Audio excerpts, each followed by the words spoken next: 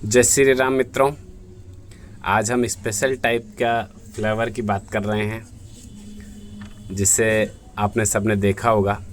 जी हाँ, अपराजिता की हम बाजू में बात कर रहे हैं, जिसे क्लिटोरिया टर्नेटिया या बटरफ्लाई पी भी कहा जाता है, क्योंकि ये पी फैमिली का ही मेंबर है। जितने भी आप नाम सुनते हो, पल्सेस दालें, अरहर, चना, मटर, उड़द, मूंग, मसूर, सोयाबीन, ये सब इसी के मेंबर है, इसी फैमिली के मेंबर है। और इस फैमिली का नाम है फैबेसी, जिसे पी फैमिली भी कहा जाता है या पेपिलियोनिटी फैमिली भी कहा जाता है। इसकी जो खासियत है, इसके ये पर्पल कलर के फ्लावर। जी हाँ, इसका जो अब देखोगे पी फैमिली, इसके अंदर आपको जो इन्फ्लोरेसेंस देखने को मिलेगा वो रेसिमोस टाइप का इन्फ्लोरेसेंस देखने को मिलेगा। क्योंकि आप देखिए इसके अभी ये देखिए इसके टॉप पार्ट पर फ्लावर आने वाला है। ये टॉप पार्ट पर फ्लावर आएगा तो पहले ही फ्लावर इसके नीचे वाले नोड से निकल रहा है। तो पहले जब फ्लावर आता है नीचे वाले नोड पर और बाद में न्यू फ्लावर ऊपर आएगा, तो इस तरह का रेसिमोस टाइप का इन्फ्लोरेसेंस इसके अंदर, अपराजिता के अंदर देखने को मिलेगा आपको। इसकी देखिए, इसमें इस फ्लावर की एक खासियत देखिए, ये स्ट्रक्चर जो पेडिकल पार्ट होता है नीचे थैलेमस के नीचे की तरफ, वहाँ से दो एक स्पेशल स्ट्रक्चर इसमें दोनों तरफ देखने को मिल रही है। तो ये जो स्ट्रक्चर है ये ब्रेक्ट स्ट्रक्चर है, मतलब जो फ्लावर होता है पी फैमिली का वो ब्रेक्टिएट फ्लावर देखने को मिलता है। ऊपर की तरफ देखिए ये स्ट्रक्चर कैलिक्स, ये आपस में जुड़े हुए हैं। टोटल अगर नंबर देखेंगे तो 1 2 3 और इधर 4 और ये 5, अच्छा टोटल 5 कैलिक्स यहाँ पर आपको दिखाई दे रहे हैं। और 5 कैलिक्स है और आपस में जुड़े हैं, तो इस कंडीशन को कहेंगे हम गेमोसेपेलस कंडीशन। और इनमें जो अब देखिए ये आपस में जो इनका अरेंजमेंट है, इनका एस्टिवेशन आपको देखने को मिलेगा वो वल्वेट टाइप का देखने को मिलेगा। वल्वेट एस्टिवेशन इनके अंदर देखने को मिल रहा है। अब आते हैं इसके कलरफुल स्ट्रक्चर्स पर। कोरोला, जिसकी सिंगल स्ट्रक्चर पेटल कहलाती है। देखिए सुंदर सा फ्लावर, बहुत अलग ही फ्लावर देखने को मिल रहा होगा, बहुत सुंदर सा फ्लावर ये। इसकी खासियत है, इस फ्लावर की एक बहुत इम्पोर्टेंट खासियत है कि इसमें जितने भी ये टोटल 5 पेटल इसके अंदर होते हैं, उन 5 पेटल में देखिए जो सबसे बड़ा पेटल है ये अलग, और इस बड़े पेटल को स्टैंडर्ड कहा जाता है।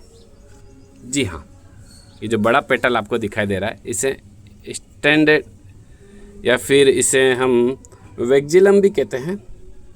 और इसके जो नीचे छोटे पेटल आपको दिखाई दे रहे हैं, ये देखिए 1 और ये 2, ठीक है। ये जो 2 पेटल आपको दिखाई दे रहे हैं, इन्हें हम विंग्स भी कहते हैं। ये इसे हम स्टैंडर्ड या वेक्जिलम कहते हैं। अब देखिए इसके नीचे की ये एक सिंगल ही पेटल होता है। बाद में आप देखिए 2 पेटल, ये 1 और 2, मैं इनकी बात कर रहा हूँ अभी। और इस स्ट्रक्चर को विंग्स कहा जाता है। ये टोटल हम 3 पेटल हो गए। 2 और पेटल जो आपस में जुड़े होते हैं, इनको मैं अलग कर देता हूँ। देखिए ये इनको मैं यहाँ से अलग कर रहा हूँ क्योंकि ये आपस में जुड़े रहते हैं। इन्हें कील कहा जाता है, ठीक। तो पेटल यहाँ पर हम इनके हटा रहे हैं। ये पेटल मैंने वाला कील वाला पेटल है जो यहाँ से मैंने हटा दिया है।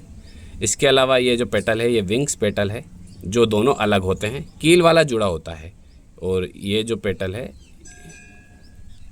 ये विंग्स पेटल था, दोनों अलग अलग थे। और ये सबसे बड़ा पेटल जिसे हम यहाँ पर स्टैंडर्ड या वेक्जिलम भी कहते हैं, ठीक। ये आपको इसमें छोटी छोटी स्ट्रक्चर कैलिक्स नज़र आ रही होगी।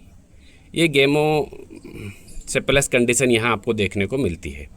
अब देखिए वेरी इंपॉर्टेंट स्ट्रक्चर्स की हम बात करने वाले हैं, क्योंकि यहाँ पर आप देखिए जो आपको दिखाई दे रहा है ये एंड्रोसियम और गाइनोसियम है। और एंड्रोसियम गाइनोसियम मतलब मेन, इसमें जो एंड्रोसियम जो छोटी छोटी स्ट्रक्चर आपको ईजिली नज़र आ रही होगी, देखिए दिख रहे हैं, ये सब स्टेमेंस हैं। और स्टेमेन टोटल अगर आप काउंट करोगे इनको तो टोटल 10 स्टेमेन यहाँ पर दिखाई देते हैं। और इसमें देखिए 10 तो है, उनमें 10 में एक तो अलग होता है, वेरी इंपॉर्टेंट स्ट्रक्चर कि इनमें एक स्टेमेन अलग होता है, बाकी का पूरा एक बंच बना के रहता है। मतलब 2 ग्रुप में रहता है, 10 में से 2 ग्रुप, 10 में से 2 ग्रुप मिलता है, जिसमें से एक तो अलग और बाकी के 9 अलग, 9 अपना पूरा बंच बनाते हैं और एक बेचारा अकेला रहता है। तो इस कंडीशन को कहा जाता है डाई एडेल्फस कंडीशन, जो 9+1 फॉर्म में प्रेजेंट होते हैं और 9 आपस में जुड़े होते हैं। इसलिए जब भी इसका फ्लावर फॉर्मूला लिखा जाता है उसको ब्रैकेट में लिखा जाता है। ठीक है, इंपॉर्टेंट स्ट्रक्चर है। ठीक, अब यहाँ पर हम आते हैं इसके गाइनोसियम की। गाइनोसियम यहाँ पर ये देखिए, मेरे सारे मेल स्ट्रक्चर है, स्टेमेन को हटा रहा हूँ। ठीक, ये सब मेल स्ट्रक्चर है। और अब आते हैं हम इसकी फीमेल स्ट्रक्चर, ये फीमेल स्ट्रक्चर गाइनोसियम है। और गाइनोसियम कैसा है, यहाँ पर मोनोकार्पलरी, एक ही कार्पल दिखाई दे रहा है तो ये मोनोकार्पलरी है।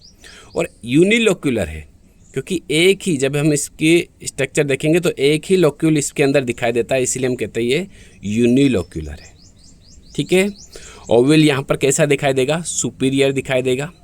और मार्जिनल प्लेसेंटेशन दिखाई देता है। आपने मटर देखी होगी ना, पी, उसके अंदर दाने किस तरह लगे होते हैं, क्योंकि ये भी तो पी फैमिली, मटर फैमिली है अपराजिता भी, तो उसमें अंदर दाने किस तरह लगे होते हैं, मार्जिन से लगे रहते हैं। ठीक है, तो उस किस तरह का प्लेसेंटेशन देखने को मिलेगा, मार्जिनल प्लेसेंटेशन देखने को मिलेगा। तो किस तरह का फ्लावर हो गया, ये ब्रैक्ट होता है। और मेल फीमेल अभी हमने देखा, गाइनोसियम भी है, एंड्रोसियम भी है, तो बाइसेक्सुअल फ्लावर देखने को मिल रहा है। और इसके अंदर जो कैलिक्स है वो 5 है, टोटल 5 कैलिक्स है। और कोरोला भी 5 है, लेकिन 5 कोरोला किस फॉर्म में है, कैलिक्स तो आपस में जुड़े हुए थे, इसलिए मैंने कहा गेमोसेपेलस कंडीशन है।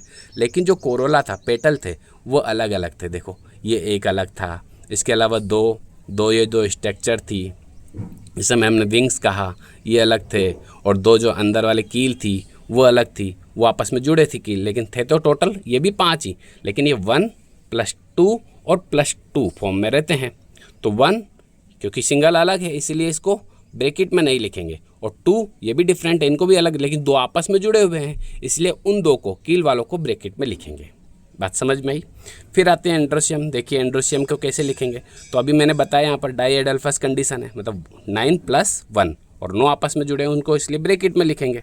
ठीक है, और गाइनोसियम मोनोकार्पलरी है, इसलिए 1 गाइनोसियम देखने को मिलेगा। ये थैंक यू बच्चा।